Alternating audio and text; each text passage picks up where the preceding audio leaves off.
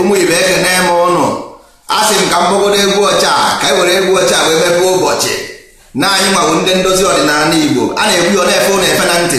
E nwere ndị nụrụ di mbọsị ha na-eji ịnụ di agwa ha na di ha na ha ga-adịvọsụ di ha sị mba ha agaghị ekwe mana oruwe chọ divọsụ. E nwere ndị na-apụ ahịa ọma ha na ọ ga-anwụ anwụ. E nwere ndị na-eje obodo oyibo ọma ha na ọ ga-abatazi. E nwere ndị na-eje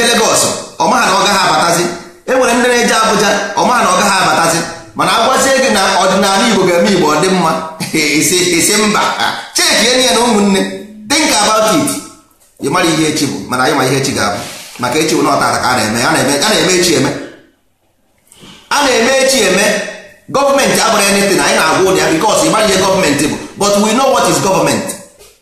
So anyị na-agwa na anyị nwa nọ ebe a bụ ndị ndozi ọdịnala ga-eme ala Igbo ọ dị mma with the full sure, with the assurance.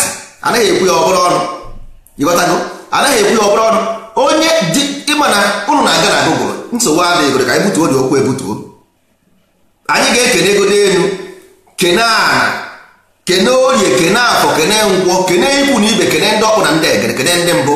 Anyị wee na-agụ na ọ bụ anyị nwabụ ndị nọ ebe a mgbe mbụ, anyị nwabụ ndị ọdịnala Igbo, anyị nwa nọ ebe a mgbe mbụ, anyị nwabụ ndị kere iwu ala Igbo a na-akpọ ọdịnala Igbo, anyị ma mere ya. And ihe anyị wee mee ya bụ na e nwere ihe ọjọọ na-eme n'ala Igbo, anyị wee mee ọdịnala Igbo ka anyị wee dozie ụbụrụ ndebe anyị. Mana ndị ọrụ anụ gharịrị achara garị tata after thousands of years bịakwara ebe a sikwa ụnụ na the same thing a gwara ụnụ. O nwere post na Facebook tụ na amaghị ji wee post ya, epostụrụ m ọdịnala, post Old Testament which is Jewish Torah, post New Testament, tinyekwa ọdịnala again because ihe nwere only 3. Nekwa anya ụnụ afụrụ ya amụọ nwa nke ọpụtago ọbanye ebe a ife ụlọ ọ na-etone, ife ụlọ nke a toro ezigbo ogologo, ife ụlọ o bidoro gbatuwe, ife ụlọ ọ gbatụchana, o wesị gị na ọdịnala. Ihe eji wesị gị na ọdịnala na-ekwe ya ebe a isiokwu ndị Igbo si isiokwu atọ ọya ka ndị Igbo ji wee sị gị na ọdịnala. Ihe a abụrụ maka Chukwu, ihe a abụrụ ekwensu, ihe a abụrụ maka God, ihe a abụrụ maka there is no God, ọ bụrụ ya. Ihe a bụ an institution. Ọdịnala Igbo is an institution. Ndị mmadụ na-aghọta ihe aghọtaghị. Ọ bụrụ ma onwere ihe gbasara ọdịnala Igbo na Chukwu ma ọ bụ Chukwu ọ dị ma Chukwu adịrọ, mba. Ihe a na-ekwu the mind development. E nwere ihe ndere maka ikenga, maka ndị mmadụ na ha na-aghọta ikenga asị arụsị apịrị apị somewhere. Mana anyị ma agwa ha na datin ọ bụ people o nwere ebe ụbụrụ mmadụ ga-eme ọdịrị ọghọta ya. Ọ dị ka mgbe ahụ anyị na skuul, o nwere mgbe ọ na-eme ebe exam ruo, nne na akwụkwọ ruo, ebupụta exam, o nwere ndị ga-eme 5 minutes ha edechago ihe ha pasị akwụkwọ ha. O nwere ndị ọzọ ị ga-afụ ha na-ataba iru, ọ ga-atagide bik n'eze isi jue oje pasị ya dị akwụkwọ without ede ha anything. Some ga-ebesef ode ihe sọrọ ya pasị ya dị akwụkwọ.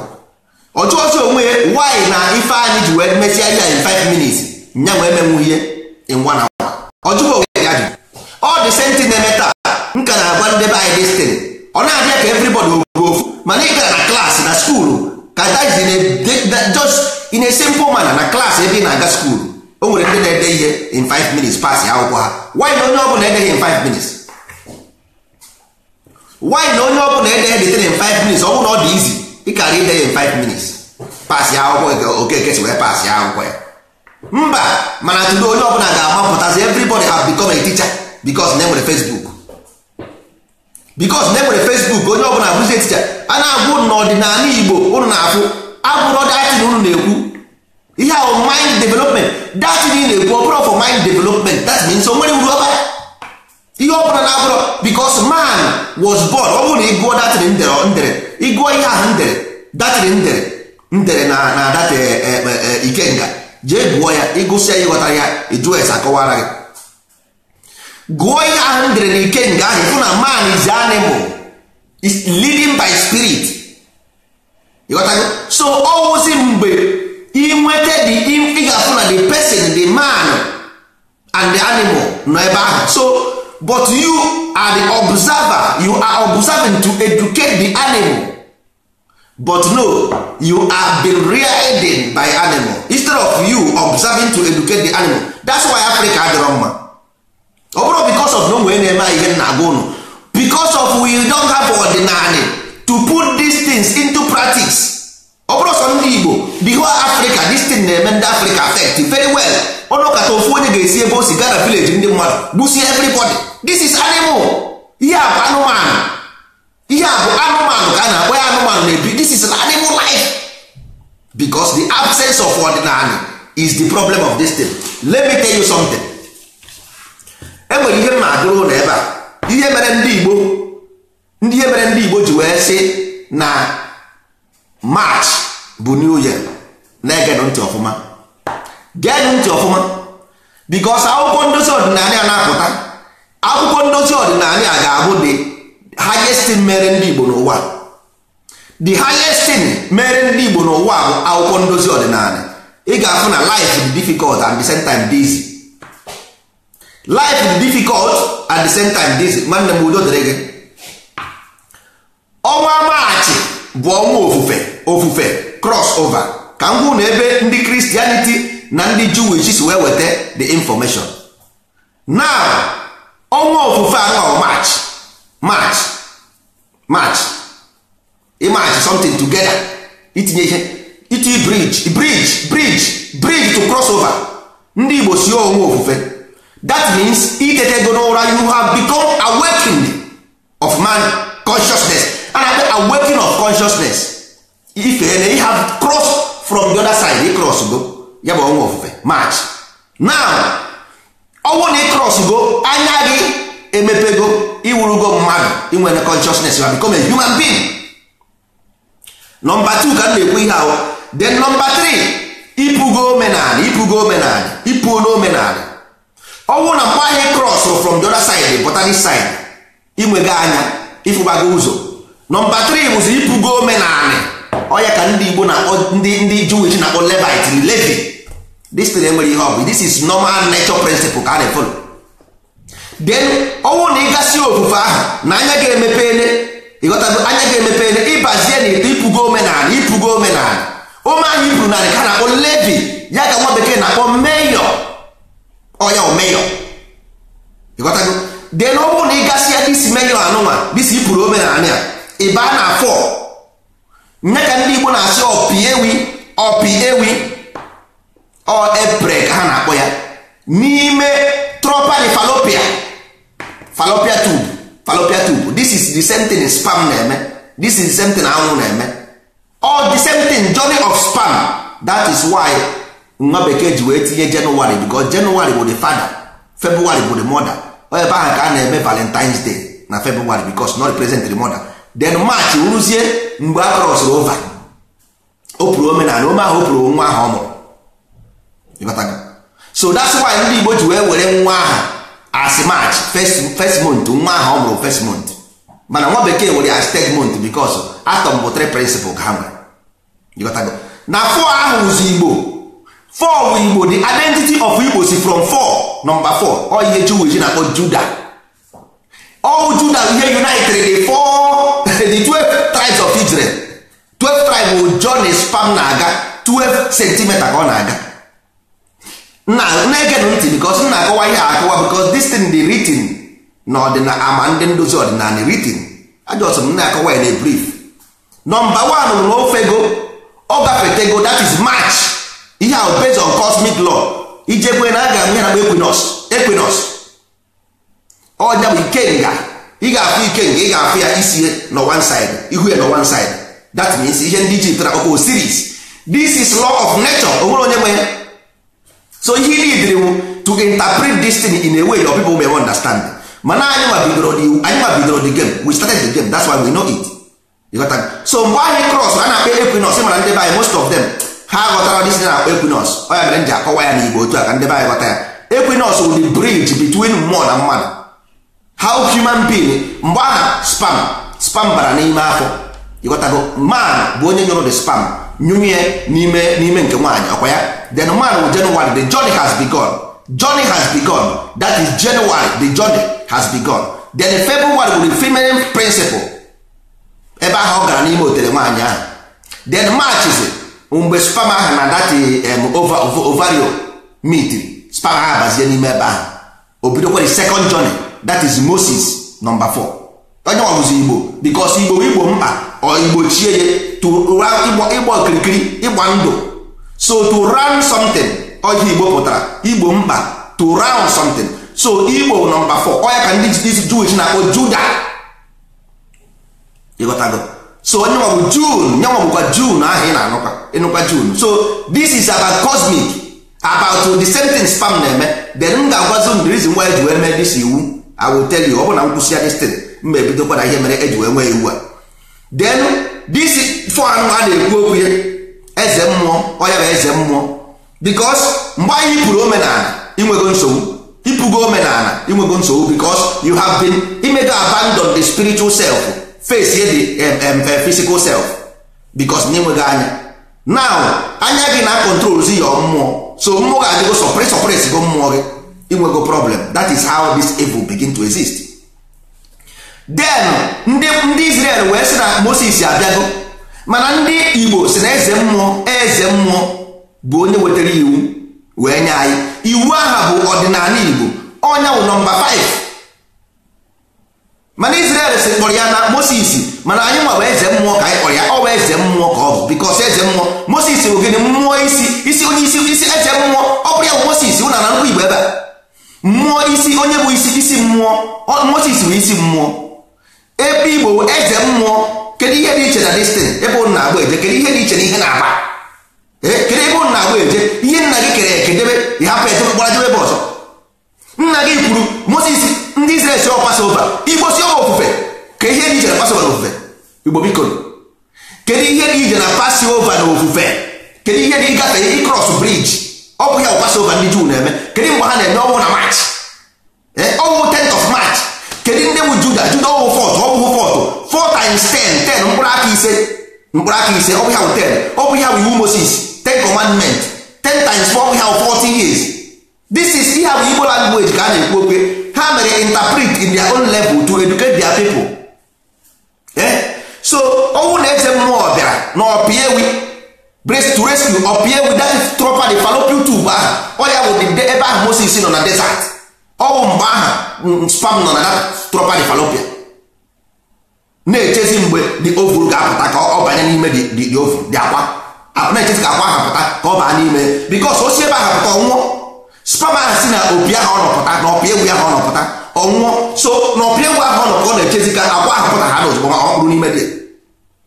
Ịghọtara? So onye nwa bụzi ọdịnala, ifu na isi aka anụma pere mpe, ihu na isi aka pere mpe, onye ọdịnala dị n'ọbụ ọ bụ na ọdịnala abịagonyezie anyị iwu. Ndị Igbo si na nọmba 6 na Igbo kalenda ọ bụ ọnwa Agwụ. That means mgbe ahụ anyị nwere iwu ọdịnala, ndụ anyị agbanweene, maka na mgbe ahụ anyị pụrụ omenala ka nsogbu bịara anyị. Ichekwa echekie na ndị niile na-eme ihe ha na-eme na ma ndị ụka ma ndị ihe niile ị ga-afụ ya nọkwa the same thing ka ha na-akọwakwa, ọ the same thing ka ha na-ekwu, because nwa bekee si ọ March, the same March ahụ ka ha na-emekwa Lent. Mgbe ndị Jewish na-eme Passover, anyị nwa na-emekwa the same thing. Ịghọtago? Because ịkụgo omenala afụfụ ebidogo, afụfụ bụ ọpịpịa, onye wụ Lent ahụ ị na-eme signify afụfụ ị na-ata afụfụ. Ọ bifo eze mmụọ wee dee iwu, eze mmụọ dezie iwu wetara anyị iwu ahụ anyị nyere anyị bụ iwu ha na-asịkwa 10 commandment of Moses. Ịghọtago? Ya bụ the same thing. Onye wụ ọdịnala Igbo a na-ekwu okwe nọmba 5 ka ọ bụ. Then ọdịnala Igbo a meziri anyị agwa anyị ji wee chenjie na Igbo kalenda nọmba 6. Go and check it. Nọmba 6 bụ ọnwa agwa, iweta beans na abụọ tinye ya otu ị ga-afụ ka sekụl, mana ime ya otu a ọwụ separation. Ịghọtago? So ịgụgo 5 aka 5 a ka ego na ị ga-ebido sikwa na nke ya bụ nọmba 6. So nọmba 6 ya na agwa ga-agbanwego, iwurugo a change person. Then nọmba 7 ọ ya wụzi asọ. Ọ nọmba 7 a wụzi asọ because agwa gị gbanwere na 6 because of this iwu eze mmụọ wetara. Iwu eze mmụọ ahụ wetara meziri agwa gị agbanwee na nọmba 6 ahụ, iburuzie onye gbanwere agbanwe. That's why eji wee sị gị na 666 ọ nọmba 6 ahụ. Ịghọtago? Because all beast animal self ka i change into a change person. That 3 ahụ i change to 6 ịgbanwe na ndụ gị. Nọmba 7 aha bụzi asaa. Then ọnwụ na ịgasị asaa aha, mgbe ahụ ịwụzi nsọ ịdịga asọ, ị gafezie n'ihe a na-akpọ asatọ. Onye ma asatọ ha na-asịzi ọnwa asatọ. That is atọ. Ihe dị asọ ndị ụka si ọwa atọ n'ime ụfọdụ ngozi. Ndị ụka si atọ n'ime ụfọdụ ngozi. because 3 plus 3 dịzi asọ, because ọ bụ na eze mmụọ anụmanụ iwu eze mmụọ a wetara na-akpọ ọdịnala Igbo. Ọnya mere ndụ anyị ji wee gbanwee bụrụkwa ndị dị asọ ọzọ, ọ bụrụzie asọ n'ime obodo ngọzi. Ọnya bụ 8 number 8, that means all infinite. It was infinite. Ị na-ahazi anyị bụrụ ga anwụ anwụ. Ịghọtago? So ụmụ ibe, all these things bụ ihe a jere na Bible, enwere ihe ọzọ dị n'ime. Then ọnwụzie na ịgafezie asatọ ịba na ite naanị ya wụzie ọnwa okike. Ọnwa okike, ọnwa eji amụ nwa. Ihe a na-agwa gị na ụkwa the same journey ka sperm na-adịkwa n'ime afọ until o ruo 9 months ahụ amụọ dị nwa. Ịghọtago? Amụọ dị nwa na 10 months because ọ gaghị 9 months ahụ, nke ahụ ị gara 9 ịba ha na 10 amụọ na nwa. Kedu ihe nwa bekee ji wee sị na amụrụ Jizọs na December wụ 10th month? Ụnụ akpụ because o nwere ha mere aghụghọ ebe ahụ. Ha bịa werezie Jenụwarị jee tinye first mpa na mma, but mgbe first bidoro na March according to them, but ihe ha nyere gị fake, but according to them March wụ first. Ha gụnyeghị dat January na February, ha gụnyeghị January na February, ha gụnyeghị because ọ bụrụ na ha gụnyere ya December agaghị ahụ 10 because December wụ dies in Latin wụ 10 dies. November wụ 9, October wụ 8, September wụ 7. So at the same thing that 7 aha ka ndị Igbo si ọnwa asọ, ọnwa dị asọ, ọnwa nsọ. Ọ bụ ọnwa nsọ bụ ihe aha nọmba 7 ahụ. Onye nwa bụ Saturday a sị gị dewe Sabat holy. Ndị Igbo si ọwụ Shabbat. Ọwụ ndị Igbo na-akpa Shabbat, ọ ndị Israel. Ndị Igbo si ọnwa asọ, ọnwa asaa asọ mmiri holy. Ndị a wee sị gị dewe the Sabbath holy. Ịmazi ihe mere ka nkọwaziere unu the real deal here ka maka ikwucha nke a ka ghara ịgbapụ anyị n'isi. Ọ bụ na agasịala dis nọmba 9 ọnwa okike, that means amụọ na nwa. Nọmba 10 amụọ na nwa. Ka a mụsịrị nwa aha a na-ekwu okwu ya ọnwa akwụkwọ na onwe ezigbo ihe ọzọ. Abakwa again cycle. January the father, February the mother, ebidokwa n'isi. Ya unending cycle. Unending cycle. Ọhịa ka a na-agụ simple as ABCD. Ka esi agụ ya n'Igbo bụ ọnwa ofufe, itetego n'ụra, nke ịbụọ anya ga-emepego, nke ịtọ ibugo omenala, nke ịnọ eze mmụọ abịago, nke ise onye ga-anyị iwu, nke isii agba anya agbanwego, nke ịsaa anyị adịgo asọ ọzọ, nke ịsatọ anyị awụrụgo atọ n'ime ofu dị ngozi, nke ite naanị anyị awụrụgo okike ọkụ ike, nke iri onye nzọpụta abịago. Ihe ahụ simple thing mata ọnwụ ihe a eji wee mee ọdịnala complete. Ajọsọ m gụọ ya in a few seconds. In a few seconds ịgafe ego ịpụtago n'ụwa, amụọla gị n'ụwa, anya gị emepego, ịgbara gị ihe ọjọọ. 7 years ka eji amara ihe ọjọọ. Once ị gara 6 years, nwatakịrị gwa 7 years brain will divide. Once nwatakịrị ru 7 years ụbụrụ ya etisa divide ya. All the same thing ka ndị Igbo kpọrọ ekwe na nsu abụrụ ofu ihe. Because ka nkọwarụ na ihe mere ndị nwa bekee ji wee were ekwentị wee mee ya Satan. N'anya geenụ ntị ọfụma. N'Igbo ekwe ekweghị m, I don't agree. Onye bụ ekwe. Onweghị ihe gbasara osu na ekwe. Enweghị ihe gbasara osu na ekwe ebe a. Ekwe is I don't agree. Ekweghị m, I don't. So mbọsị Saturday ndị Igbo si ekwe nsọ, that is don't walk. Don't walk. Onye ka ndị mmadụ tọ n'ụtọ ekwe nsu. Mgbe ọrụ na ndị mmadụ amaghị asụ Igbo na ọnya lead to your destruction, ị gaghị ekwe. Ekwe nsọ, ekwe nsu pụtara work force. Nsu pụtara work force. Nsu bụ work force. Nsọ bụ holy. Then in civic law is ekwe nsọ mbọsị asọ. Then in religion ọ bụ ekwe nsu, that is don't walk. Ekwe bụ ekwe I don't agree. Don't ekwe bụ don't. So because in the West Satan bụ opposition, disagreement. Ọ ihe o mean Satan mean disagreement. So because na Satan mean disagreement, ha abezie n'ala Igbo they want to create a religion. Hey, werezie the don't walk to the opposition because they need something to confuse you. Hey, werezie they don't work, turn right to evil. So that because they need evil. Only if there is no snake, there will not be a redeemer. If there is no snake, there won't be a redeemer. So for there to be a redeemer, we need a snake. So the snake become Ekwensu. So that is why you need a redeemer. This is my darling, darling. This is the redeem of my heart. This is my darling, darling. This is the redeem of my heart. So you see, ebe ọ bụ na ị need a redeemer, ị ga-enwe snake na. If there is no snake, there will be redeemer. So ekwe is I don't agree. Ana m asụ Igbo ebe a. Ihe m na-asụ bụ pure Igbo. Awụ m ezigbo onye Igbo. Awụ m nwa eze ala na Ogbero. Ekwe bụ I don't agree. Ọ bụrụ ekwe ihe dị ka ekwe ntu. Nsu is workforce ndị na-arụ ọrụ based on government work because there is an institution, functional institution na Igbo. So ọ bụrụ mbọsị ndị gọọmenti na-arụ ọrụ, you can go individually and work, but today government say no work. That is what the Jewish call Shabbat. Ndị Ibe, don't destroy my language. Ọ bụrụ na ịmara ya, shut up. ịmara ya mechie ọnụ, ọ na-lead to destruction. Ekwensu abụrụ enwe ihe gbasara na ebu. Ekwensu I don't work today. I don't work today. Ị naghị anụ Igbo, ị turn on my language into nonsense. A na-agwa gị gaghị ekwe. Kedu ihe gbasara ekwe na efu? Tell me what concerns ekweghị m. Ị na-asụ everyday. Mmadụ ga-asị gị nwanne bịa isi ekweghị m, anaghị m abịa. Ekweghị m. Ihe ọ pụtara bụ ekwe I don't ekweghị m mba. Ekwe pụtara that. Then nsu is force. Ị na-esu nri, ị na-esu ọkpọ is force. O nwere ihe gbasara destin na ihe ndị a na-akọghịrị. Nothing. That is why you see people answer osuji, osuagwu, because of this is workforce. The workers have ndị ọrụ na gọọmenti ọrụ.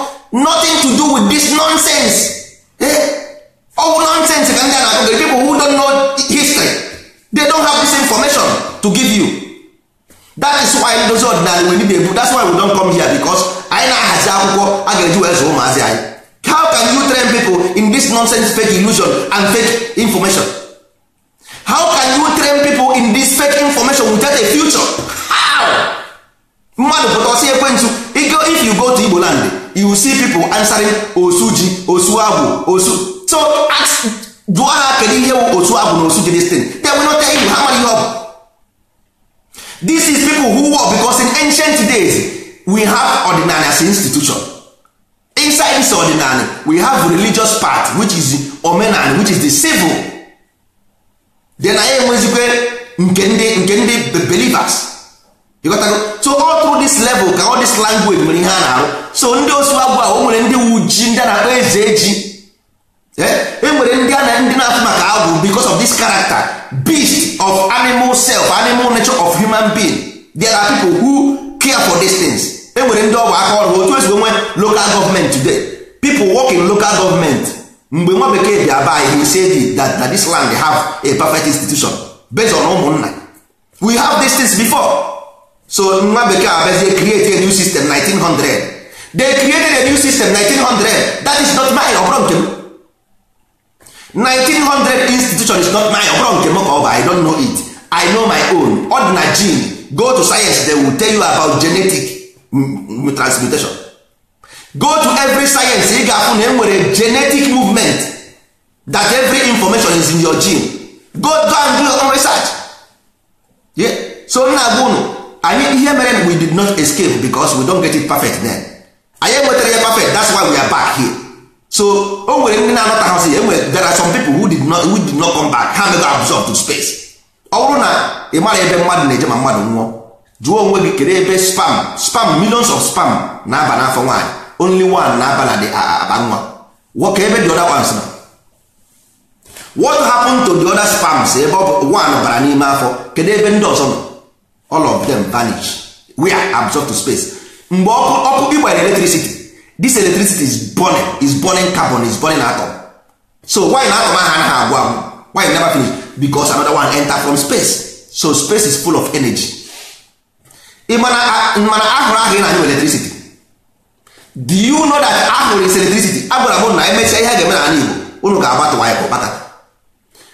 Ahụrụ ị na-anyụ electricity, anyị ga-eji nsị ahụ ị na-anyụ generate ọkụ. Anyị jiri nsị ahụ because afọ gị bụ 37 degree ka ọ bụ. So ihe ị nidiri wụ iwere nsị wujuo na this deposition, iwere this blade fan tinye raise the temperature to 37 degree. Nwanne ịgba ya anya just give some minutes, ị ga-afụ na o generate gas. That gas with electricity i channel well into pipeline. Inwe n'ọkụ life and direct ka nna gwa gị isi na asị go and do your isi na asị go and do that na akụrụ ahụ ị na-afụ is light. Nsị is light. That is why afọ gị na-eje generate that gas ya hụ na-generate electricity. Go and do your own research. Agwara m na ndozi ọdịnala bịara anyị mesie ihe anyị ga-eme n'ala Igbo. Mamịrị gị wụ nitrogen or fertilizer.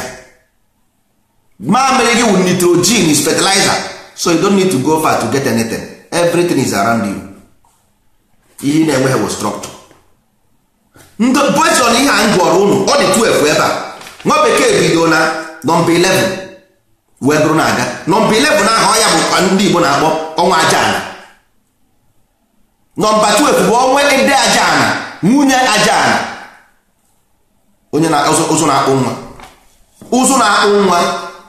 Ede wụ mkpụrụ seed ya bụ ede ụna na ede unu na-eri ede koko ndị a koko wụ seed mkpụrụ ọ ya bụ ede. Ọnwa ede ajaana wụ nna onye wụ the father.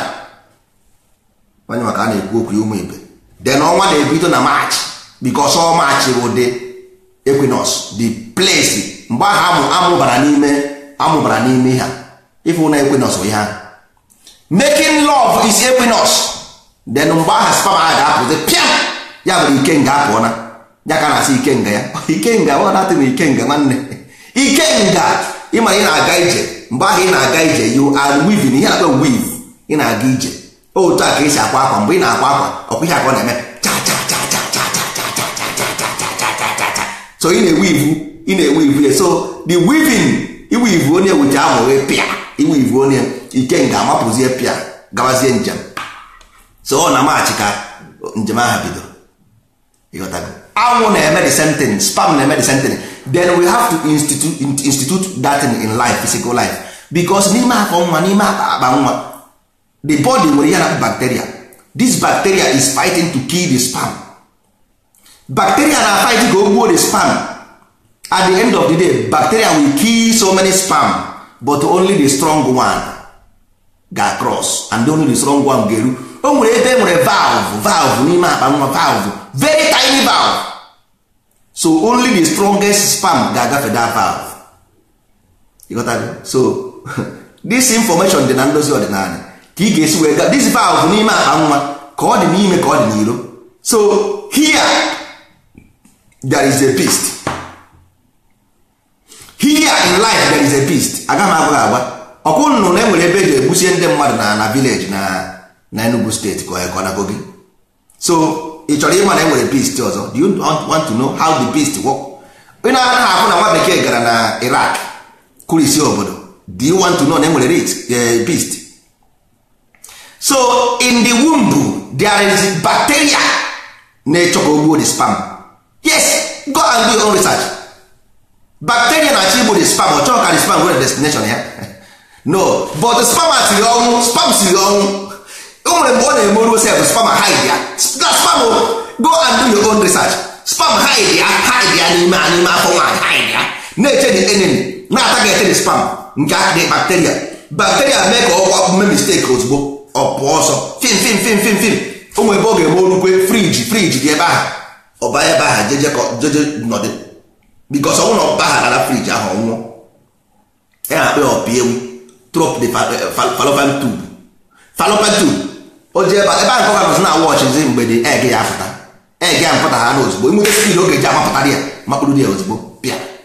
That means ọ na-ana. Ndị ọzọ niile anọzi ebe ahazi ihe a ga-eme wa ọnwụ ka ha ga-anwụ. They will vanish, absorb to space and begin after afresh. Ha ga-ebidokwa n'isi ọ ihe ga-eke ụmụ na ebe a. So ọ bụrụ na enwere ndozi ọdịnala exactly because this law is based on natural law. How the sperm work the same thing ka anwụ na-eme. Anyanwụ na ọnwa, nne na nwa with star, sun, moon and star. Anyị ka na-akpa atọ n'ime obodo ngozi 1 2 3 ebe nọmba bụ 1 2 3. Enwere ndị mba na ekwu nke okwu ndị gbagọtara anaghị ekwu nka na public ịghọtago. So ihe na-achọ ịgụ n'ụwa na the only way ga-esave ndị Igbo bụ ihe a na-agụ because ọ ihe a sevuru anyị the ancient. Ihe sevuru anyị na mgbe ndị gboo mere ewere ha anyị bụ destiny na-agụ. Mgbe Igbo mebiri etebekwe otebe aka Igbo mebiri couple of years back 4 generation or so. Igbo mebiri ụnyaahụ. Nwa bekee ji ọrịa confess ye post na Facebook some time ago. Ji ọrịa confess ye na this place nwere perfect institution mgbe ha bịara. Mgbe ha enwebeghị Torah, enwebeghị ka ha na-akpọ ya, enwebeghị Christianity, ihe mgbe na-agwa ụnụ ya. So ndị agaziri kịta na-agazi m Torah ji si ha, Christianity ji wee sị ha. Nwanne ihe ahụ just astrology. If ịkpọrọ ya Chukwu, ịkpọrọ ya Chi, ịkpọrọ ya Jesus Christ ofu ihe.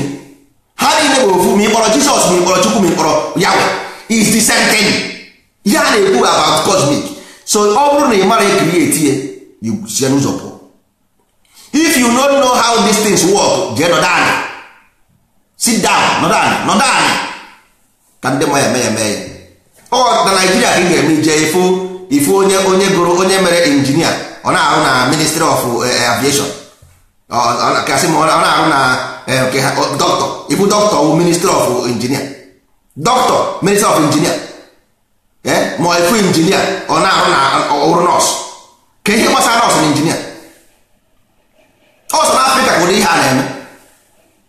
Sọ na Afrịka ka ị ga-eme ije Afrịka ifu mmadụ onye gụrụ akwụkwọ dọkịta efu ya ka ọ na-abụ borehole na dọkịta bụ ofu ihe. The same thing mere ndị Igbo ndị Afrịka apụbeghị ndụ. Afrịka apụbeghị ndụ because of this thing na-agụ ụlọ. Because why? Ọwụ na ịchọ ime something, you have to be professional in ihe ị na-eme. You must know it. Ọwụ na asị gị jee gụọ akwụkwọ, but to study it and know, ị mara ihe ọ bụ, mara ihe ị na-eme. So ihe gbasara ndozi ọdịnala Igbo, ihe gbasara ọdịnala Igbo, anyị ma perfect. Ọnwụ ka anyị chọrọ ka ọ bara because anyị mana ndụ ga-adịrọ correct. Anyị mana ndụ ga-adịrọ correct because mbọ anyị na-agba bụ ụnụ nwa baa uru. Ọ bụrụ maka anyị maka ya, anyị mana onwe we know it already. Anyị mana onwe anyị ma ya, we have ascended to higher self. We have ascended to higher self. So ihe anyị na-eme ka ọ baa ụnụ nwa. Anyị mana ọ because anyị nwere condition ịnọ. Enwere ihe nwere, you don't have anything. So anyị ma how this institution anyị ma ka ha si wee lee from zero because only when you know it ị ga-enwu counter it. If you don't know it, you don't know counter it. Onye ụka na-aga ụka because why? There is a promise. Belief and faith is intertwined together. The only thing eji wee bụ na nwa bekee na-eme ọfụma so that he will may associate with God. So anytime you believe in God, then you have to do like white man. If you want to be success, you must do like white man. You got that? So religion is being intertwined that way. Or a program so only matter how this program work, you cannot deprogram it. Ọ dị ka onye na-agba lọtrị. Onye na-agba lọtrị na-agba lọtrị. Mbọsị ọbụla ọ na-agbalọ, ọ ga-adị ka ọ dadị ka o ya win ego. So mbọsị ọbụla onye ụka pụtara n'ụka, ọ ga-adị ka ọ dadị ka Jizọs ya abịa kpọrọ ndị nke. Ọ ya adị ka ọ dadị ka Jizọs na-abịa. So the only way is to deprogram. Kọmputa dị nwee virus nwanne, ihe niile bụ antivirus, ị gaghị ekwute n'okwu. Ihe ọsọkwa ego n'okwu nwanne kọmputa gị ọwụ na ije na download porn movie video a na-akpọ ka ha na-akpọ this movie blue film, ọ na-ebu virus na ihe dịgasị iche iche. Ọwụ na ije download all those things nwanne enweghị virus na-aba na kọmputa gị. Ọwụ na oke ejeghị ịta azụ ọnya adịka ihe ma ya. Ọwụ na enweghị desire of na you must be like white man to be progressive, to be successful. Religion agaghị ejide nwe. Religion cannot catch you. Ọ bụ na enwere desire. So nkwu onye kpatara oji isi eburu, enweghị ihe gbasara ndị religion because ụmụ na ha nwa na onwe ha, they wanted a desire for themselves. So ọnya mana ha. Mana ihe na-ekwu ndị ndozi ọdịnala bịara for those who are willingly to ịpụ ndụ, ndị chọrọ ịpụ ndụ.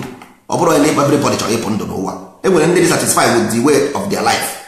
enwere ndị obi dị mma otu ha si ebi ndụ. So why do you force them?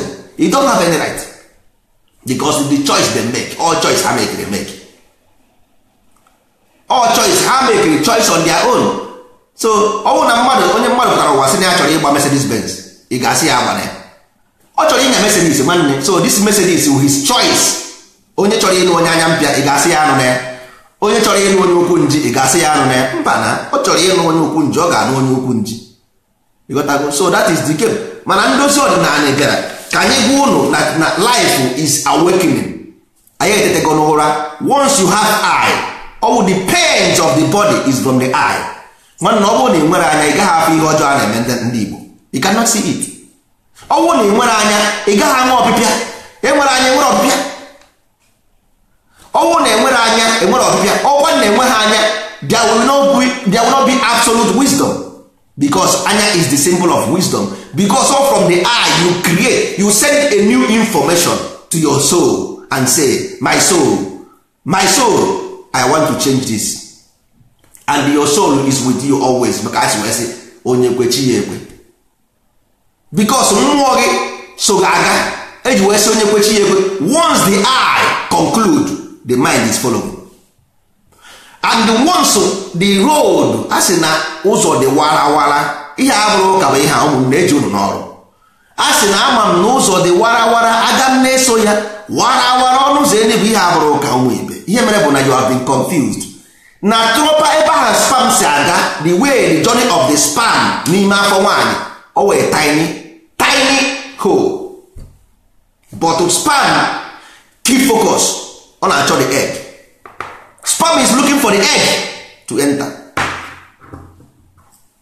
So the way to higher self is very strong, difficult for the eye, as long as you nwere anya. Only if you see, so had it been you are blind, it's very easy for you. But in our the eye, unless because the spirit is animal by nature. That is why ndị ụka ji wee sị gị na lamb of God na-enwe atụrụ nke Chukwu.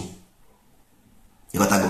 N'onye ahụ bụ onye ga-enwechapụ njọ ahụ ekere ụwa. Ọ bụghị na njọ ekere ụwa, ya na-ekwu bụ the person who will transform you from animal self.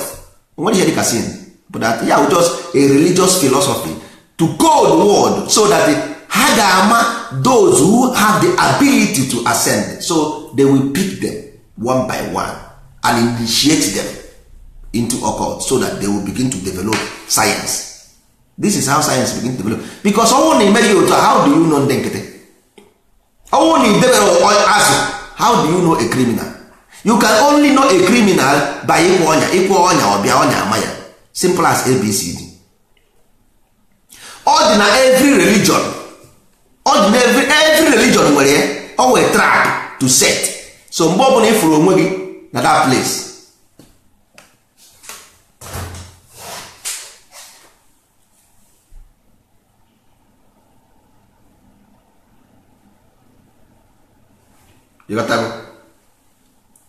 ihe nna-achọ ịgwa ndị Baịbụl na ha ga-ama na ụka, omenala, Judaism, Islam, ha niile nwere trap. All of them, ha niile nwere trap. Enwere ndị hibere otu ahụ. People lay the foundation. So this is only way they pick people, they pick elites from this onya trap. But ndị be anyị ha mara na ihe abụ onya. That is why even in a shout kwa, they will see you the level. Once in a shout, we have captured the level of your mentality. Enwere ndị mana this ụka will fake, ma ha na-ekwu ya, ha they know it. Ma ihe mere ha na-ekwu na ndị Igbo sị onye na chi ya, because chi is the level of the vibration, what you exhibit. Nwanne ọ bụrụ na itinyere bulb na-enwe 60 hours na your house, 60 watts, this bulb can only give you 60 watts. Nigeria nwere electricity of 4,000 watts. It cannot give more than 4,000 watts. Unless Nigeria will generate more power, then Nigeria will have more light. Now this is simple nature. So agụ onye ọbụla na-akpa mara na ihe ahụ ihe ọ na-eme exhibit all this temperature ka o nwere more than that. That's why you got a classroom ndị mmadụ na-ataba iki n'eze, because o nwere more ability to ọghọtara ihe dị n'ime akwụkwọ asị, ọghọtara ihe dị n'ime. So until o generate more electricity then the brain neurons dị ebe a, thousands of neurons are there waiting until they crack, new information comes in. Ọ dị ka video game a na-agba agba. So don't ever challenge onye ọbụla na-eme ihe ọ na-eme. Don't challenge them, because anytime the ear is ready to listen, the master will appear, because universe is the master already. The world is, the nature is master already. That is why the fire can burn, the fire can separate, and the fire can bring something into their original self. That is why the water can move, the water can move, and the water can rest. That is why the air, ya afụ ikuku ka ọ na-eku ihe niile at the same time ọ nọkwa at rest. Ị ga-afụ na anị na-eme nri, ọ na-epu nri, it grows seed. Ihe ọ gwara gị bụ na these 4 elements had armed, they are armed, had armed. Ihe ndebe anyị na-akpọ nsi is nothing but nuclear fusion, intertwined energy, because every energy nwere their atomic numbers. So how many elements they vibrate on? So all those things, the eye you see is a magnetism. Magic, you can do them. There is magic, there is element, there is how you manipulate this element. Then because you have been controlled by this energy. So if I have the energy, how to manipulate them? I can manipulate your vision. And I'm an illusionist. Illusion. I can manipulate your illusion. Life and direct. Life and direct, I can manipulate your illusion. Life and direct. But where back opposite, simple as ABCD. It does not go more than that. Unless nature redevelop something, because every mineral you see on the ground is a dead body. Deposit of dead bodies. Anybody that dies, you osisi mmadụ, you also can, as long as these things die, the land will absorb them. At the end of the day, they begin to form minerals, because they are armed with atoms, they are forces on their own, even though the spirit was there, but the original soul is still there. As long as they contain atom, they are still alive, even though not in this form, but in another form. So nothing onwe ihe na-waste iche ịma mara ihe mere spam n'ime afọ, not what happen, ka ihe mere spam n'ime afọ. Mmiri ṅụrụ mmiri mesịa ihe ọma mmiri, kedu ihe ọma mmiri aha je? Everything is recycled, onwere ihe, nothing lost, onwere ihe furu efu. So the only way ị ga-esi apụ ndụ bụ olesi ma ma this 12, ọ ya ka ndị Israel so 12 tribe of Israel. Mba, nwere ihe 12 tribe of Israel, ihe just cosmic law based on the journey of sperm, journey of the sun, and journey of life you live. You must create it, you must build this journey, because as long as itetego n'ụra, as long as ị nweghị anya itetara n'ụra, you have become a human being, whether you like it or not. As long as ị nwere anya, you must suffer. As long as ị nwere anya, you must feel pains. Either na enyi gị nwaanyị mere gị ihe ọjọọ, ọ na enyi gị nwoke mere ihe ọjọọ, ọ na Hausa Fulani egbu anyị, ọ na Yoruba egbu anyị, ọ na nwa bekee egbu anyị, you must have pains. Yotago. And the pains are number 3, because you have grown seed. Anya signifies seed, because anya ataghịgo gị to the external influences. Ọtaghịgo gị to the external influence. So then ọwụ na ịgafezie number 3 anwa bụ na ipugo omenala, ipugo omenala, omenala, ipugo ome wu seed, taproot, ipugo omenala, ịkọ na mkpụrụ n'ala. Ịghọtago? Ịkọgo mkpụrụ n'ala, ọ ya ka enwe eze ala. Anyị nwere eze ala n'ala Igbo, ahụ nwe eze ala. Anyị pụrụ omenala. Ịghọtago? So this omenala na onye nwa butere ọpịpịa. Ọpịpịa anyị nwe ihe a na-akpọ Igbo. Those people who comes out to say, let us unite the people. Can I unite our people so that we can give them a better life? Oya bụ Igbo, to save, to solve. Ka anyị gboo mkpa. Number 4, ndị Israel na-asọ Judah, who unite the tribe of Israel. Ụmụnne, ihe ahụ just isi ka a na-asọ ụnụ. Ihe ahụ your ancestors knowledge ka ndị a were na-asa ụnụ isi. Ya bụ number 4. Number 5 bụ iwu ahụ o nyere anyị, ihe a na-akpọ ya ọdịnala. Ọdịnala Igbo, onye bụ iwu ahụ o nyere anyị.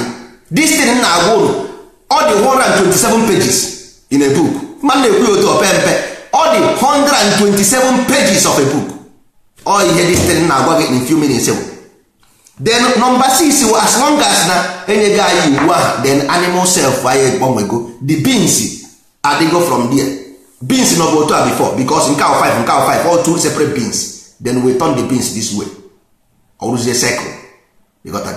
That is all bidokwe n'isi again, egosi ya na 5 bidokwe n'isi again, but you have unite the beans, the two beans. So all this suffers, all this stress i were from number 3 to number 4 to number 5 wetaziri iwu ahụ change go the nature of your life to elevate into a higher human being. Then number 7 i were go onye dị asọ, you have become a saint. Ndị Egypt si Osiris, ya ka ndị Igbo na-akpọ Olisa,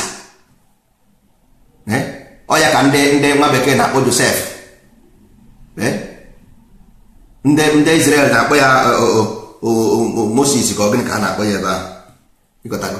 So nsọ ala ọ ya ka ndị Igbo na-asị ekwe nsọ mbọsị ụka. Ndị ndọtị ụka a na-eji aka ụka mbọsị nwa Israel si ọwụ Shabat, ndị Israel sọ Shabat, ndị Igbo si ekwe nsọ. Ekwe a na-akụ ekwe nsọ, ndị Jewish na-afụ datara n'afọ ọ ya bụ ekwe nsọ. Ndị Igbo kpọrọ ya ekwe nsọ. Ekwe nsọ anụnwa in religion ọ bụ ekwe nsu, don't work. Don't is ekwe, I don't agree with you, that is ekwe. Ekwe nwere ihe ọ nwere imepụta ivu biko na ụmụ ibe. Ndị Igbo never know. Ndị Igbo mana enwere balance of character, that is why we created this thing at the first place. Ihe mere anyị ji create this thing in the first place because of these things na-eme. So anyị ma bụ na enwere two double level. So evil is character of a man. Evil character of a man because onwe mgbe agwa gị ọkụ na-agba mmadụ, agụ abaa n'ime ọhịa were erurie, nke ha were agụ na-eno nwa ọkụkọ nkọ nke ha were ebu. So because na ọhazi agụ onwe right igbu mmadụ, because na agụ onwe right igbu mmadụ, because na agụ ọ gaa na buru ele na-ata, ị na-akụrụ ya aka, agụ a na-eri ele. Ijezi were azụ ụmụ obere azụ na-enweghị ihe ha mere gị, ị na-enye dọfin na na-ata. Ndị mmadụ isi a na ebe ahụ ịkwụ ụgwọ ibe a na akwarium jene ndị dọfin na-eri obere azụ eme atụọrị ya azụ ọta. So nke ahụ dị mma iwere azụ na-enye ya, that is animal nature. So the higher self bụ for you to observe and grow higher of this thing. So the way to grow them is to put this ọrụ anụ so that those people gafere the level of ọrụ anụ anya kpọrọzie ha si ha bịa to become a teacher. This is how we initiate ndị eze ala ma ndị osu agwụ ma ndị osu ala ma ndị ha, all those people ndị digoro elevated in mind, because as long as they gara church on Sunday sort of believe only ha fada na-ekwu, that means you only dey na ị ka nọ na process of development. Kama na the worst one bụ na ndị Africa pastors turnụrụ this information to business plan. Ndị Africa turnụrụ this information to business plan werezie na-egbugbo because na enwere magical power. Yes, of course there is magical power, then turn to miracle. Turn magical power to miracle. There is magic. Magic is everywhere. Go and learn. Ana amụ ya ịchọ ịmụọ ya. These pastors learn it. There is a book ọ ka nkụ, enwere magical book ha ka nkụ, golden dawn ha ka ha nkụ, magical book ka nkụ. Learn them, you do them. So ha werezie turn to miracle ana asazi ụmụazị because ndị anụnwa the mentality ha nwere adịbeghị elevated enough to know that these things will just illusion of the eye. Ha werezie na-egwu ha wayo nke ọgwụ nke ndị a ga-ata agwụgwọ nke obere. Kwewo ndị pastọ ha na-aga n'oke na agwụ ngwere, ndị pastọ ha na-aga n'oke na ngwere. Life, I'm telling you, nothing lost in this life, everything will cycle. Ọ ngwọrọ gị once ị gafere number 1 ị gaa na iru na 3, number 4 ụkwa n'isi gị bidoro. That is why eji nwoke Igbo jekenu Judah letter of 4 letters, Igbo 4 letters. The Judah 4 letters, Igbo 4 letters. And they check the meaning of these 4 letters, the same meaning of the Judah. You got that? So ihe ndị a na-eme, they just copy from everybody. Matthew, Mark, Luke and John all 4 God. Matthew, Mark, Luke and John is 4 numbers. one kwuru each one of ihe o kwuru, nke a kwuru revelation, nke a kwuru nke a kwuru nke the same thing. The 4 letters of Igbo language, the 4 letters of Judah. Islam, the same thing dị na Islam dị na Bible, ya dị na Judaism. Ihe a na only people mere oral bụ anyị nwa, but ha ọghọrọ anyị ahịa na anyị mere oral because we have wasted a lot of time. Ndị be anyị amara na akwụkwọ ọ tebe anyị ka anyị ide ihe a na akwụkwọ, mana nsogbu adịrọ because anyị na-eche the time, and the time bụ 2023. ọ ya bụ new age a na-ekwu okwu ya, ndozi ọdịnala. Anyị akpọghị ọdịnala, ya kpọrọ ndozi ọdịnala because ọdịnala pụtara Old Testament apụta copy from ọdịnala, New Testament apụta copy from Old Testament. Ndozi ọdịnala apụta okwe, anyị ga-agwa gị ọdịnala Igbo, gwa gị Old Testament, gwa gị New Testament, gwa gị ndozi ọdịnala because anyị ma ebe mmiri si ba na opi ụgbọgwụ. Ọ ya ka anyị chọrọ correct. Ndị kabal abịago a na-akpọ Old Testament, New Testament bịa sị gị na Kraịst abịago ịkpụzọpụta ndị otu ekwe eziokwu. Ndozi ọdịnala abịago when man become the Christ. So the information I ji that time we have been counted ka mgbe ndị some people sị na 33 Jesus Christ pụrụ na age of 12 and come back in 33 years. Ngwa gụọ ya 12 13 14 15 16 17 18 19 20 21 22 23 24 25 26 27 28 29 33. Check how many years on from 12 years to 3 years. You mara ihe ọ pụtara, ime plus and minus, you mara ihe ọ ga-enye gị. Phone ma anyụọ na chere ekwe 1 minute.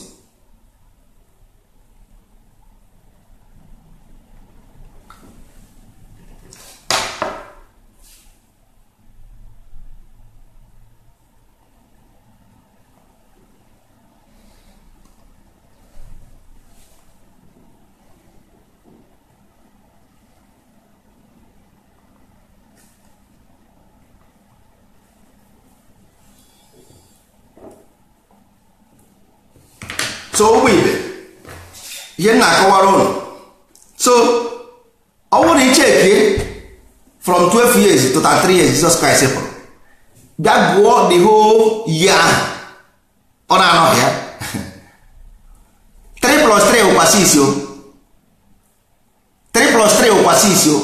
So 6 ahụ kwa the beast o, ọ transform to higher self,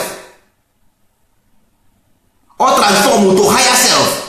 Mgbe ahụ ọ pụrụ ihe ahụ ọ na tropical fallopian, ọ nọ na desert, ọ nọ na ọpịpịa, o disappear pụtasị na 33 years. 33 ahụ kwa the Masonic number of higher elevation. 33 years ahụ kwa mgbe ndị Western occult Mason ọkwa mgbe ha ji graduate. So ụmụ ibe ndị Igbo si na nọmba 9 ewu ọkụ ike the shining one. Nọmba 9 bụ ọkụ ike the shining one. Okike ọnwa okike, ọ bụrụ m akwụrụ all the people before me said it, no ọnwa okike. This is cosmic law. When you transform, because 3 plus 3 is 6, you become a beast. If you transform from that beast to 9, you become a higher man. If you from that 6 to 9, you become a higher man.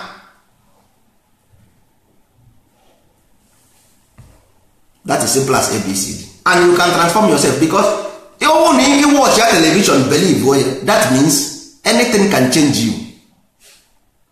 Life and direct 369. Eze 3 wee eze ndị eze abịago 6 agwa 9 ọkụ ike. Go and check it in your own calendar. Jee check na calendar gị. Ọnwa ife eke ka ihe ọnwa ife eke. Ịbịa check it ebe m ihe ọnwa ahụ gbazie m ọnwa okike mgbe eji amụ nwa amụrụ amụ nwa na 9 months. That is when you born, you give a birth to light. I say na Jesus will light. Ọkwa ihe akwụ ọ bụ m okwuru ya. Ndị Igbo si ọnwa okike that is when you transform into a higher self, when you become a higher man. That is all the age anyị nọ here. Ndozi ọdịnala nọ ebe a to make you a higher man, and the only people who have been elevated to the mind to understand the knowledge, because here are knowledge or a lesson, teaching lesson. Ihe m na just na-agwa unu how these things is. Anyị nwere akwụkwọ ọdịnala 127 pages, sọsọ ndị dị capable of understanding how the universe work, or ha ga-have the knowledge. But anyị ga-enwekwe the normal one to make people understand how to ascend. Agwazie gị na nse nyụrụ anyụ, only this thing you can make your nse to electricity. Nse is gas with electricity. Mamịrị nitrogen, all these things you na-use every day by day, they are money for you. So only when you graduate from this knowledge you can stay in your house and be a rich man without going to Alabeke or without going to Lagos or Abuja. Only when you have this information you can do that. Because for now, kedu ihe ga-eme gị a Superman? Nothing happen. No, ke ihe ọbụ ị gara China zụọ ahịa ọgwụ, onye mere gị Superman. Ị gara Thailand zụọ ahịa ọgwụ, onye mere gị Superman. Mba, ihe mere gị Superman is inside, not outside. So even if you have money and you have vacuum in your heart, you are nobody. Sọsọ ihe ga-enye gị hope na obi aṅụrị bụ na ị nwere information of ndozi ọdịnala, then you become a happy person. Then ị nwezie ego join area, then then you manage your money, gaghị ada ogbenye. Ndị Igbo na-aba ọgaranya 5 years ka jụọ ya how far. Ndị Igbo basịa ọgaranya in 5 years, kpọọ ya si ya nwanne ka ewe how market, isi ya nwanne how market, ọ ga-asị gị chọrọ ya tirie 20,000 naira ebe ahụ biko. Ị ga-asị ọ ozugbo onye agụrụ anyị n'Alaba rụọ ihe niile ọrụ n'Alaba, nye nwa na-asị gị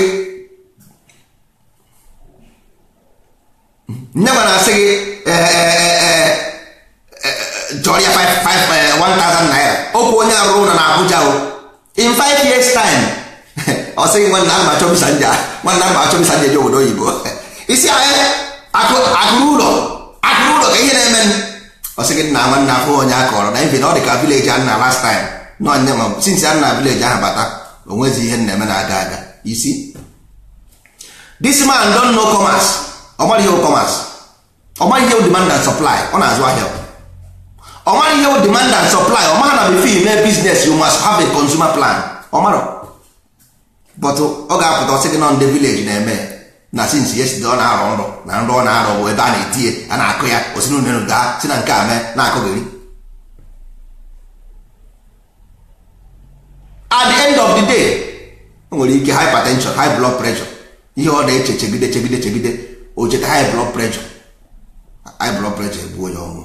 Ọ sị na akọwuo na ya ọ maara ihe bụrụ high blood pressure because ego ahụ ọ kpatara furu efu zikwu ya na ego a o jibụghị ebi ụwa. Ọkwa ego ụdara onye isi zụtara azụta. Ịma ha ụdara onye isi zụtara, onye enwere anything o nwere ike iji wee generate money by himself, but unfortunately o nwere ego abata aka the money o chefuo na ihe arụ ụkwa achị n'aka, the money efuo oche onye ọ ga-ebo the thing because ọ mara ndozi ọdịnala.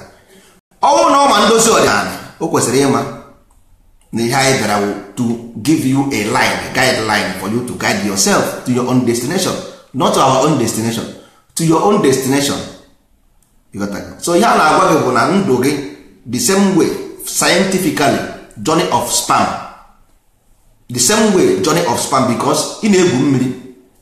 Ndị Igbo si na ike nga nwa ngwu ịma ihe mere ndị Igbo ji wee si na ike nga nwa ngwu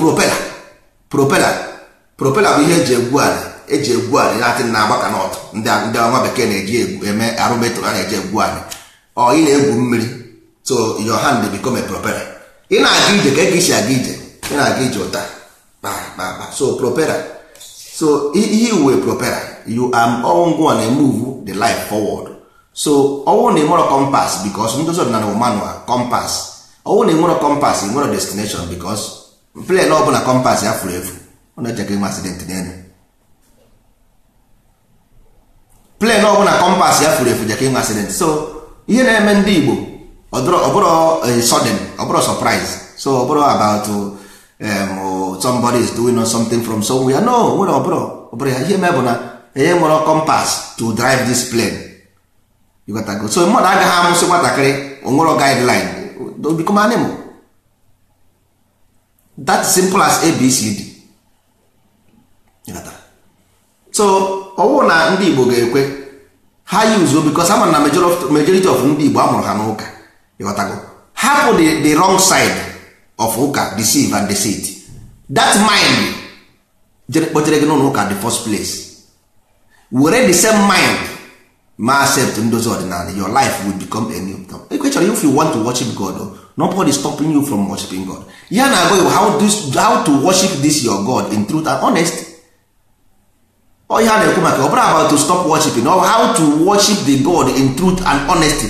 How to know that the God Chukwu na-ekwu okwu is energy in motion, that you are making this energy into kinetic. So you are moving this energy, and this energy without a direction is a force. So ọ dịka volcan, ọ dịka hurricane. So without a direction you are going to be destroyed because you absorb so much energy without exhaust pipe. Then it will become self-destructive. So that is simple as ABCD. Nwere onye anyị bere. So kedu ihe anyị ga-erite n'aka gị? Ihe anyị na-eme charity work. Ihe anyị bere ime charity work. Anyị mechaa ihe anyị ga-eme in 5 years, ọkụkọ a na-ata ata ga-anọ 500 naira n'ala Igbo. 500 naira. Onye sị na asị ya tinye ego ya. Ka ndozi ọdịnala from anyere m 5 years, ọkụkọ chicken 500 naira ihe anyị ga-ere ya n'ala Igbo. Chicken 500 naira. Ọ bụzi nke abịa eburu ore na-arụ ụmụ nwaanyị na-arụ ụmụasa igo ihe na Chicken Republic ere ya. Onye ọbụla ga-egote chicken. Everybody can buy chicken in 5 years time. Ka nyere ụnụ everybody can buy chicken n'ala Igbo. N'ala Igbo everybody can buy chicken. Abịa were chicken na ekpoje mmadụ na Chicken Republic because of anụ ọkụkọ. Because of anụ ọkụkọ. Ọkụkọ kwa Sunday ka a na-ata. Enwere ndị since last year ha tara ọkụkọ. Enwere ndị Igbo nọ since last year ha tara ọkụkọ. Ọkụkọ ga-akwa akwa nkịtị. Akwa nkịtị itinye n'incubator. After 21 days ọ pụta. Ọkwa ya nwere ihe ọzọ. Solar energy bụ ego one that we cannot buy. Nna ihe ndị ọzọ dị n'ala Igbo anyị wụ wizard. Wizard ka anyị wụ. Ihe anyị na-edere bụ ka emechagodi magodo anyị abịaghị ebe a ime ka ndị mmadụ fụọ anyị n'anya ka ọ ka mara onye anyị bụ. Anyị na-arụ, anyị bịara ọrụ. So ọrụ enweghị limit, and ọrụ ọbụla ị na-enwero stage by stage, ọrụ ọbụla ị na-emerọ examine before rụọ ya, ị ga-enwe nsogbu. And we will not stop talking. Anyị agakwa akwụsị okwu anyị. Ihe ọbụla anyị na-emegodi, ihe anyị ga-eme we amplify our media method. Ihe anyị ga-eme o maximize. N'ala Igbo na ndozi ọdịnala cultural heritage center, ndị mmadụ ga-aga dia were ihe ọṅụṅụ nke ndụ to clean their toxic cells. Gaa ebe ahụ anyị ga-etinyere ha YouTube video specifically made for Osu, made for Ogbanje, made ọkwa nwe cartoon nke ndị toro ogo, nke ndị togoro eto, cartoon nke ndị togoro eto, so that ka ha mara na this thing will just definition. We just personify these things. Onwere ihe gbasara this thing na ekwentị maọbụ ihe ọjọọ maọbụ agwụ maọbụ ifo. These are some saying okwu ọnụ kpere ihe ọ bụ. Ọ bụrụ onye gwụọ ọgwụ, ịgwọ ọgwụ dị iche. Onwere ebe ihe ọjọọ na-adịrọ, onwere esi na ọgwụ adịrọ n'ala Igbo. Onwere ebe ọ na-adịrọ, ọgwụ dị ebe ọbụla. Ọkwa na Russia, that man a na-achụ Chenko, akọrọ ya ọgwụ na Russia and give him poison. Ọ bụrụ onye Igbo ka ọ bụ. That Russian man, that spy, akọrọ ya poison. Go and Google it. Chechenko, onye Russia, spy for British, akọrọ ọgwụ. Onye Igbo ka ọ bụrụ onye Igbo. So ihe a bụ a system ndị missionaries created 1900. You can go just to bring that nonsense. Nonsense. But hold then spoil, corrupt our language. But the funny thing is na anyị nwere counter argument. We are just angry. Iwe na-ewe anyị, mana iwe na-ewe anyị mana na-enwe virus na your computer. Ị nwere antivirus, ị gaghị ewepụ the virus. You cannot take the virus away because of iwe na-ewe gị. mba, you must get antivirus to begin to pass all your system of the computer. Nna nwanna kwa itiga antivirus gbaya on give you ọkwa inidibere ịkwa the same process gafekwe ma ọ bụrụ na ị gara the same process nwanne nwere you are just wasting your time. Ọ bụrụ na ị gaghị the same process you are wasting your time because ihe o gosiri bụ na ị ka nọkwa the same level. Ke ka mmadụ ga-esi asị akweghịzi m n'ụka in the name of my GMM. Ị na-ekwugbe in the name of Jesus yesterday, today was in the name of your my Jesus. Nwanne onye rere nkịta goro ewu ka nọ ihe ndị ụka na be. So nwere onye bụrụ maka ma ọ bụ chi ma ọ bụrụ chi o. So ihe na-achọ ịgwa gị bụ na ekwubeghị n'ụka. Ịghọtago onwekwe esi n'ụka dị njọ, but ihe a na-ekwu ka ịghọta ihe dị ụka. Ọ bụrụ jọs ịhapụ ụka bụ isiokwu n'ọwụ ka ịghọta ihe ọ bụ at the first place. Mmadụ kwesịrị ịkpọ Jizọs in the name of G, or in the name of from Jesus to Chi. Ke ihe dị iche na Chi na Jizọs achọrọ m ịma. Kedu ihe dị iche na Chi na Jizọs? Ofu ihe na because ị mara ka esi wee meditate, we know how these things are written, so all the same thing.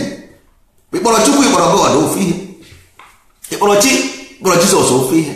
So as long as we base were this, no this way ka esi je Lagos, no this way, no ikpesi ekpere iwe si amen, no ebe ahụ ka Chukwu si aza mmadụ ekpere, or ikpesi ekpere isi ise or isi chi. Even ikwu ise ka mma because ise abụrụ ise bụ na I have agreed. Ịghọtago onwere esi ekwu maka n'afa Jizọs mana n'afa chi gị, that means all Jesus in a cuneiform. Nke a bụ Jesus in a cuneiform. Ihe na-akpa ngiri ụkara Igbo ka nke ahụ ụkara Igbo, that is iwere ụka transform wee ọ banyeziere gị. Ịghọtago ka ọ satisfy ya your ego because chiwu nke m chiwu my language I created it. So but elemental force does not listen because ọ nọ n'ime gị, so ọ naghị anụ okwu, ihe ọ na-anụ bụ omume gị. Ị na-ezu ochi na-agba ama na-ekpe ekpere, so how can Chukwu nabata ekpere? Ama bụ reveal is ama bụ expression. Ama bụ expression, that is ama. Anytime for ama, that is why I say amụma mmiri, to reveal something, to express something. You got that? So amosu is to express of the workforce. Amosu expression of the workforce. For example, keka mmesi ekwe na workforce enwere ihe nwere ime with evil. Workforce is workforce mmadụ. For example, mmadụ workforce ọwụ na m were mma na amagbuo gị na is workforce. Ịghọtago? So ọwụ na m buru moto na gbuo mmadụ ọwụ force. Moto a nwere force, or moto ife ruo breki gbuo mmadụ. So onweghị ihe o nwere ime with evil. Ọwụ ngụ nwa na onwe gị decide to do this thing. So always that human being can classify you as evil. So what automatic something evil? There is no automatic something called evil. All behavior, character evil character. So I'm also nwere ihe gbasara ha na ihe ọjọọ ebe ahụ. You got that? So depend ihe anyị bụ code wey na own culture. Enwere Amadioha nwere Amosu, which is the intelligence of the division of the brain. All the two brain when you have evil and good. So if you can stand this thing, you can do a great thing. So I'm also with hidden knowledge. This force and a this workforce only about the good and the bad side of it. As then I'm also only Yerika mgbe ndị ochie ịrụọ sayensị a ga-asị na ịba amosu na onye arịrị amosu you can arụ plan. You got to go. No onye arịrị amosu ndị Igbo na-eji ekwu okwu everyday. You got to go. Ma ọ bụ na onye mee a great thing a na-asị onye arịrị na onye arịrị amosu ịkwa ihe daga ebe na ịkwa ihe ọrụ na this guy arịrị amosu. So o nwere the ability to tap into this dark force to do a great thing. Because you cannot build plane with a good thing. Plane is countering the coming of the air, the force to counter the force. Oh, you plane them.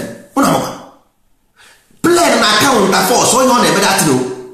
I were engine, tinye na another engine to maximize the potential of that thing. Because never am that thing them. If you are not whoa before pour. so ọ amoosu ihe plen na na-eme amoosu ka ọ na-emere atịn ọ amoosu ka ọ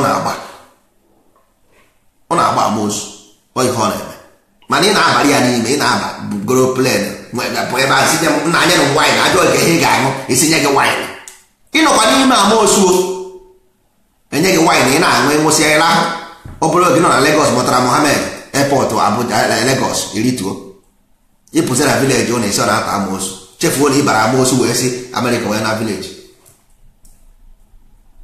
so ọ wizard mmadụ na-aza wizard n'afọ oyibo ana m afụ ndị na-ede na Facebook na ha wizard mana akpọ ya amoosu iwe wewe isi na ọ amoosu iwe a na-ewe mana ọ ga-asị gị ọ adị proudly si na this guy wizard ọ bụrụ witchcraft wizard ọ bụrụ witchcraft biko gịnị witchcraft onye na-arụ craft onye na-arụ ọrụ aka onye nwere ọrụ aka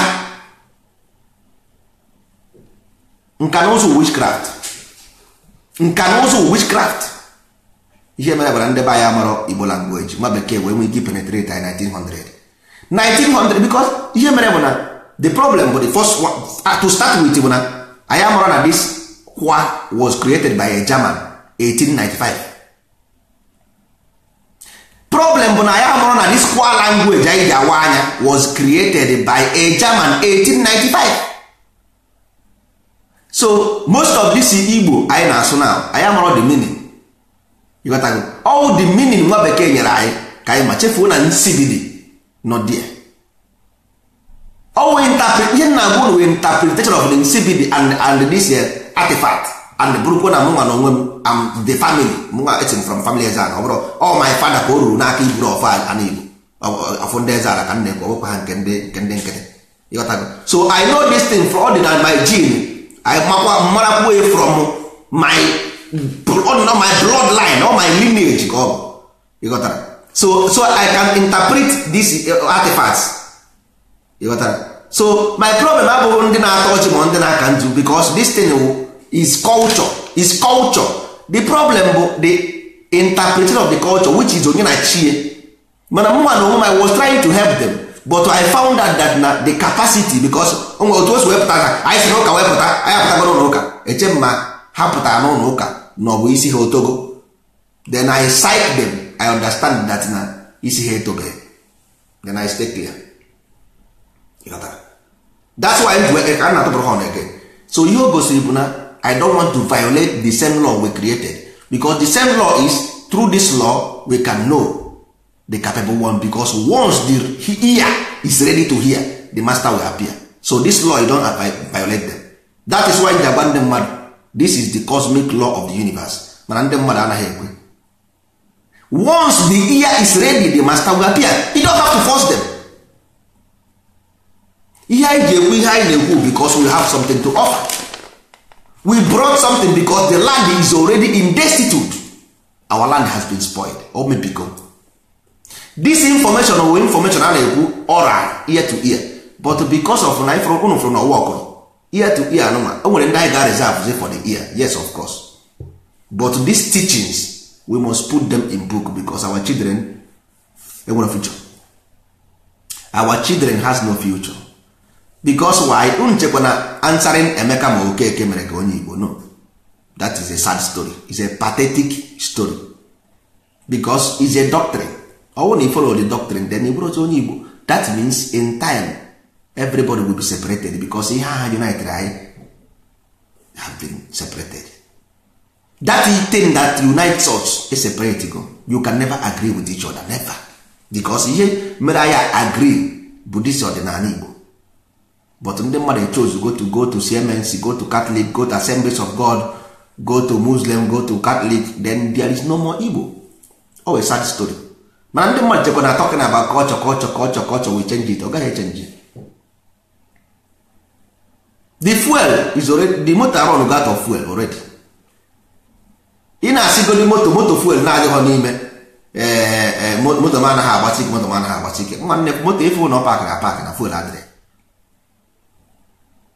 you don't see it continue life is a continuation of doctrine so anywhere your doctrine disappear fuel ga agwụgo that side and that is the end of your story. You will join, ị ga-join ndị Aztec, ị ga-join Mayan, ị ga-join ancient Egypt, ị ga-join Luengo, you will join others. Just quote me right. That is why ndị nna nna anyị ha jikwa bịa sị na agụọ 1 gụọ 2 gụọ 3 a na-ebidokwa n'isi gụba father mother child, father mother child, father mother child, father mother child, father mother child. Otakosi aka 1 2 3 1 2 3 1 2 3 1 3 otakosi aka. So agụọ n'ọdịnala, go Old Testament, go New Testament ordinary again. That is the age of knowing. So we must elevate above Old Testament, above New Testament. Then we become the light bearer of Africa. That is the change of Africa. And don't you have ever. So only over on a level on, don't worry yourself, because they will always elevate. Why are ụka before? Sị n'ụka pụta. Mmadụ na-eje Siemens, Seba mpata, Seba njene. Ndị niile na-acha ụtọ omenala. All of them have been in church. Go and ask them one after the other. So all nọ na-aga church before, ihe o gosiri gị na the same level church ahụ ka o jikwa eme dị ọdịnala. So all the same level ka ọ ga-anọkwa. All the same level ahụ gara ejikwa eme omenala. Mana nke anyị bụ na anyị si na church pụta. We came to put this institution and the why we were ndozi ọdịnala because of ọdịnala we want to elevate to a higher level so that the Old Testament and New Testament will not defeat us. Unless ma ha bịakwara wetakwa nke ka that New Testament and Old Testament. As long as now that Old Testament and New Testament will defeat them based on cosmology. Based on cosmology, we will defeat them. That everything is mind. That Eve is emotion and mind. Adam is the body. That is why Ada, ndị Igbo ji akpọ ya Ada, because of the body. Ọ bụrụ about man and woman. Chineke is about feminine and masculine. So Adam and Eve is the body and the mind. So we defeat them anywhere. Anyị ga-agwa ha na March. Nekwa March ebe a. Onye ọbụla Equinox. This is written. Ama ndị ndozi ọdịnala ọ dị n'ime pump play. And they have our system of education based on civil society. Based on civil society. Eke, Orie, Afọ, Nkwọ. That is the 4th season of the year. 3 times a year. 4 seasons times 3. 4 times 3. That is 12. Onye gị 12. Then 4 plus 3. Onye gị 7. That is 7 weeks. That is 7 gods of the planet. This is written. And that will become the future of ndị ndozi ọdịnala and ndị Igbo ndị chọrọ ịpụ ndụ ọ bụrụ everybody. So in future this will become all ihe a ga-awụ the part because all this is only live and written information of ndị Igbo of today. There is no other. There is no other one. Enwere ozi ọzọ. Ọ bụrụ na enwere ọzọ ịgwa m. Ọ bụrụ na enwere a written structure or doctrine dị today ndị Igbo nwere ha ti apụ ndụ. So ọ bụrụ na anyị mere otu a, we don't have an option. We don't have option to raise from the dead to do this thing. Anyị nwere option. Because the only option we have, we see that 2023 Igbo will begin to extinct. So but ndozi ọdịnala a reverse go ya. Then 2023 now Igbo will begin to rise. Instead of extinct, begin to rise. If we change going. We have changed the story from extinct to rise. Ọkụkọ ga-awụ the cheapest thing na ala Igbo. I quote me right. Quote home right anywhere you see me. Cheapest thing na ala Igbo ga-awụ ọkụkọ 2023, and that is the beginning of the race. And that is mgbe akwụkwọ ndozi ọdịnala ga-apụta ife 2023. Ọ ebe a ga-enwe institution. This institution I build go already. Except go the institution already from 2023 ka ebido ọrụ. Anyị abịara ebe egwu ụmụ Igbo. Anyị gbawo ndị Igbo. O nwere ihe dịka ancestor.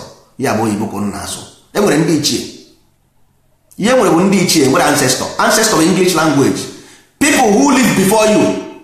ndị Igbo asị na mmadụ anaghị anwụ anwụ, so where did this ancestor come from? Ndị Igbo believe in cycle of life, so kedu ebe ị nwere ndị ichie anọghọzi ebe a, ndị ichie anọ coming back. You can only connect with ndị ichie. That is why ndị nkịtị na-akpọ ndị ichie weta ọjị na ọkụkọ ka nyere ha aka ịbụ na ha bụ ndị ichie. Ndị ichie nọ 24 hours, we can see them anytime, because ị gaghị afọ ha with anya, you can only connect them with your brain. Mana ndị nkịtị ga na-egbu ọkụkọ na-akpọ ndị ichie ịhụ ya.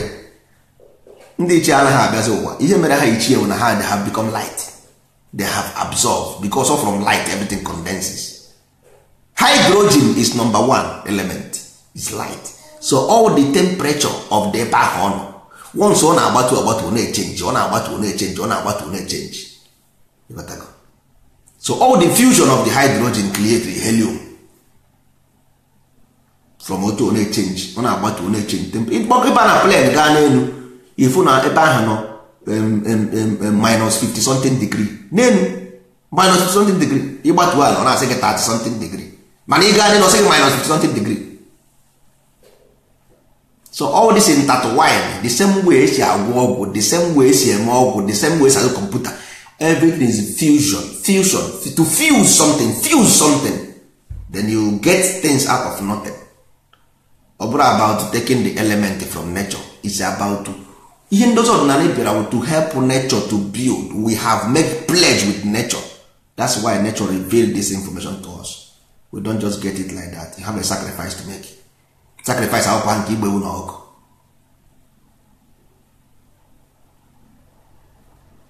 Sacrifice abụrụ nke igbe na ọkụ. So ihe anyị bere ebe a the same thing. Ihe anyị ma ka anyị na-eme, anyị anaghị eme ihe anyị na-amara. We don't do what we don't know. We are perfect in cosmology.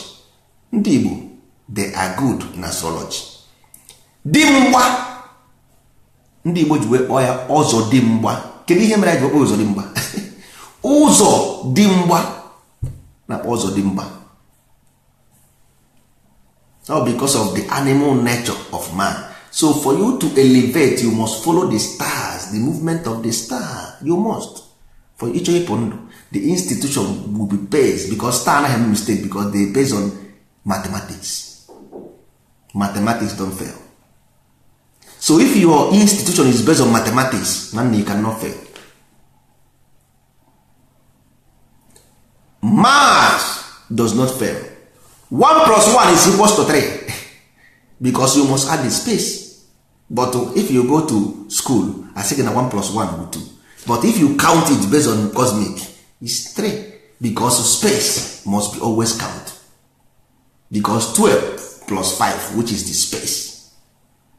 12 times 5 always, which is the space. That's why they count every 5 minutes the clock shift to another hour. Every 5 minutes the clock shift to another hour. This 5 cents, which represent the animal self, which is the number of space, you must always count it. But overall educational mass, this is cosmic mass. Educational mass 1 + 1 will 2 for education, because we want to subtract. Because if you count, you must make it a way people will understand. That's why we count it 1 times 1 or 1 + 1. That is educational civil mass. So ụmụ ibe, anyị ga-ewetawa okwu a na njedebe taa, maka na ndozi ọdịnala ihe anyị bịara bụ to raise the mind of the people. Which anyị pụtara to raise the mind based on science of the cosmos, because we are the children of nature. Nature creates us. All nature kere anyị, a na-akpọ Chukwu, a na-akpọ Chi, jọsọkwa ha kpọọ ya. But that is the story. So ụzọ anyị ga-awụ ụzọ dị mgba to elevate, because you must elevate yourself to you are observer. Iwu mmọnwụ, iwu ndị Igbo nwere mmọnwụ. Kedu ndị ba ya mara ihe bụ mmọnwụ? Mmọnwụ, everybody nọ n'iro na-afụ mmọnwụ, mana ha anaghị afụ onye kpụrụ mmọnwụ, mana onye kpụrụ mmọnwụ na-afụ ha. Do you see the difference? You follow the difference? onye kpuru mmọnwụ na-afụ everybody mana ndị mmadụ anaghị afụ onye kpuru mmọnwụ. So until you advance to become the observer, you will not see the animal in you. Only when you become advanced you can see the animals. You say, oh my God, wow. So you cannot see the physical animal, you can only see the attitude.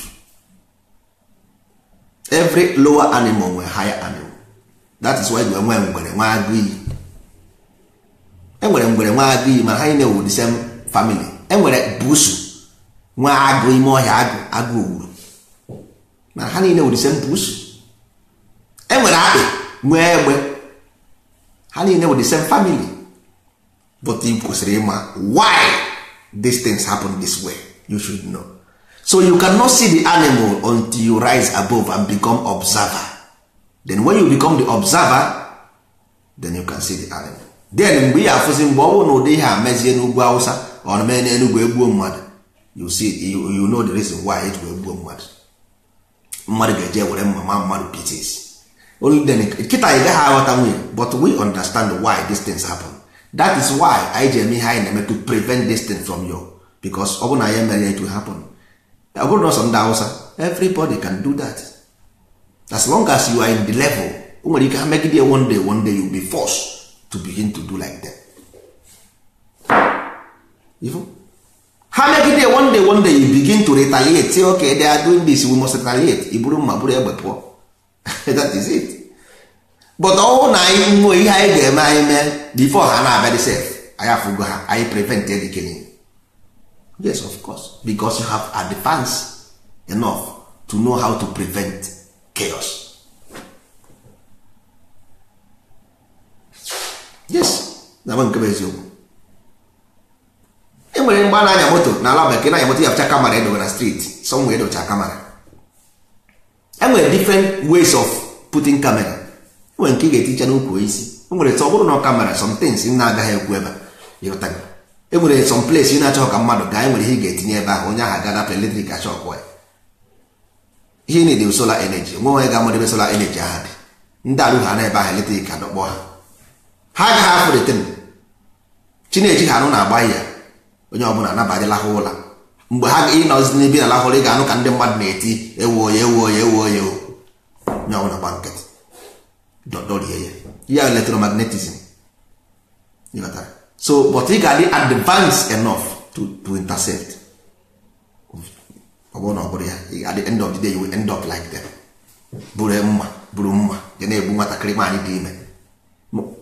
Iwe anụmanụ, ihe anụmanụ na-eme datịrị ha.